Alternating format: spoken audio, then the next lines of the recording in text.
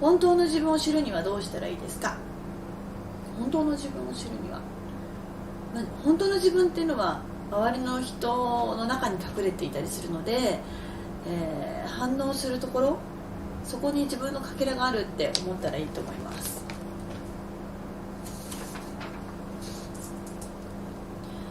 職場で話をしない人とのコミュニケーションを取るにはどうしたらいい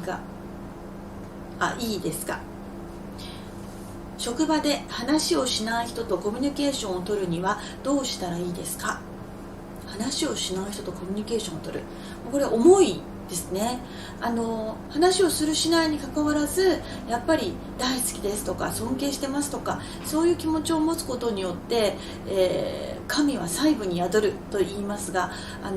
気持ちっていろんなところに出てくるんですね。で、不意なところに出てくるので、気持ちってすごく大切だなって思います。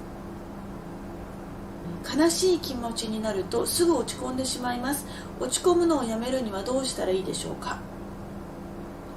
やめなくていいんじゃないですか？悲しい気持ちになったら悲しい気持ちを味わう、やめようと思うとなかなかやめられないので、やめなくていいと思います。5歳になる娘に最近初めて会いました。また会えますか？認知し共に過ごせるようになりますか？っていろいろご事情がありそうですね。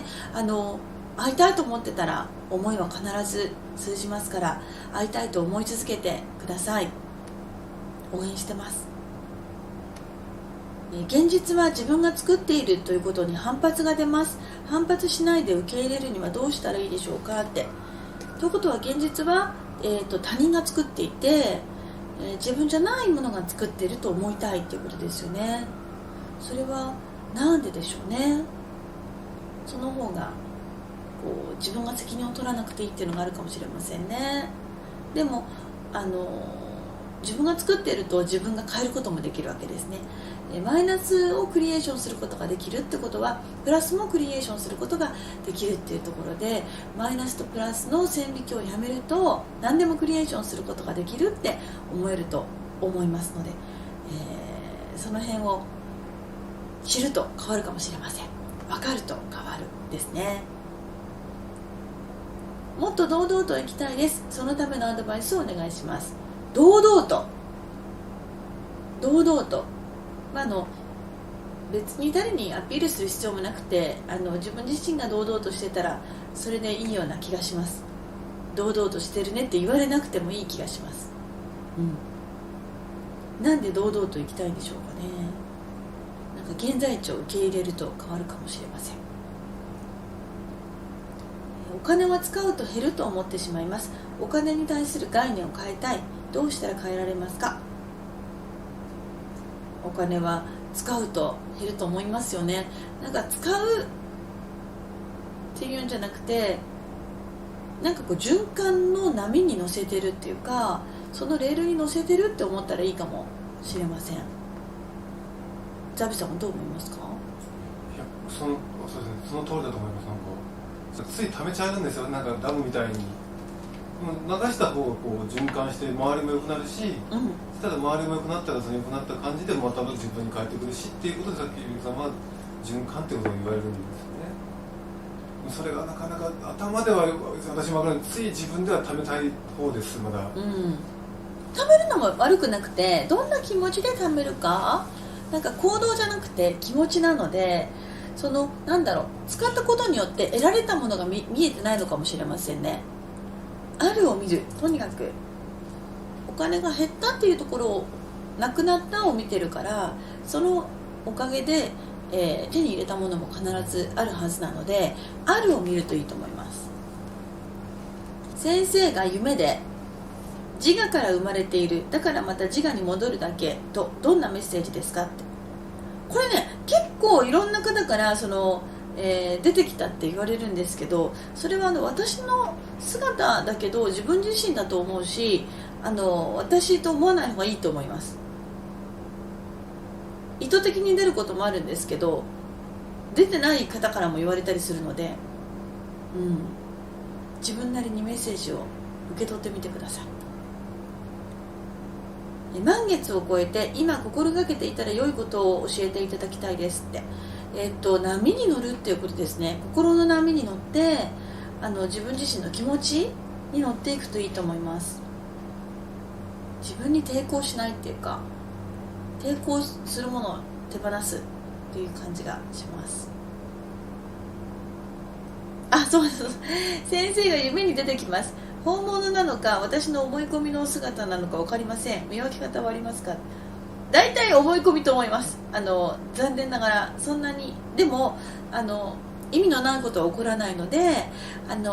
自分自身だったりご先祖様だったり何かしらのメッセージだと思うので、自分なりにメッセージを受け取ってみてください。個人セッションでそういうことを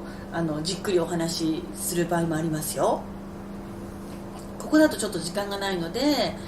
練習してお伝えできないんですけど、なんか自分なりにメッセージを受け取られるといいなって思います。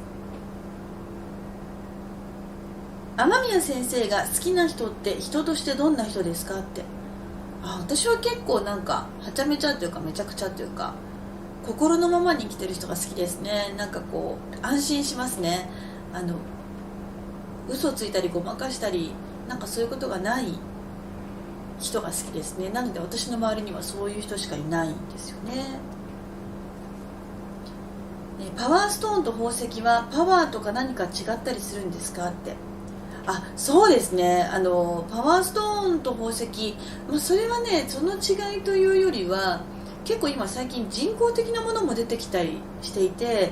その人工的なものとパワーストーン宝石って自然のものとはやっぱり全然パワーが違いますね。それは見た目の美しさとか輝きとかそういうことではなくて、やっぱり生きてるかどうか呼吸してるかどうかエネルギーがあるかどうかというところで見たときに、やっぱり人工的なものっていうのはだからファッションとしてつけるのは全然いいと思うんですけど、ファッションとしてつけるのは問題ないんですけど、何かパワーとかお守りとかなんかそういう場合はやっぱりエネルギーのあるものっていうふうに思います。 YouTube で話されていた感じることを話すと感情を出すことの違いを教えてください。感じることを話すと感情を出す、これ違うのかな。同じなような気がします。ただその感情ってみんな本当はご機嫌なはずなんですよ。赤ちゃんからスタートしていてみんなご機嫌なはずで、なんかそこからいろんなことが起きて、不機嫌になったり怒りが溜まっていたりする人も多いので、本当の自分として感情が出せるようにお勉強を続けていってほしいなって思います。怒りが出たりするのは自分じゃないんですよね。自分らしくないと思ったらいいと思います。先生は修行のために結婚したとおっしゃっていましたが、どのような修行のために結婚されたんですか？これ違いますね。修行のために結婚したんじゃないですね。よく例えば肉魚を食べてないって言ってたとかいろいろ情報が錯綜してるんですけど、お肉魚を外すのも期間がありますし、その時その時の社会情勢や環境や、私が抱えているご祈願内容によって修行は変わっていくので、修行というのは私の場合はエネルギーを整えるっていうことなんですけど、クリアにするための、お行ですね。それはもう変わっていくので、肉魚食べてないと言っていたのに食べてるとか、なんかそれ肉魚を食べることも修行だったりするので誤解されてることが多いなって思うんですけど、修行のために結婚したわけじゃないです。そういうわけじゃないですね。なんだかうまくいかない時の気分の変え方が知りたい。これはもう素晴らしい質問で、なんだかうまくいかないって自分で現在地が分かってるっていうことがまずその気分が変わる第一歩だなって思います。学ぶほどエネルギーってなんだかすごいですね。不思議です。元気になりますって。そうなんです。何のために私たち学んでるかというと、エネルギーをクリアにするためなんですよね。でクリアにすると何がいいかというと自分らしくなります。そうすると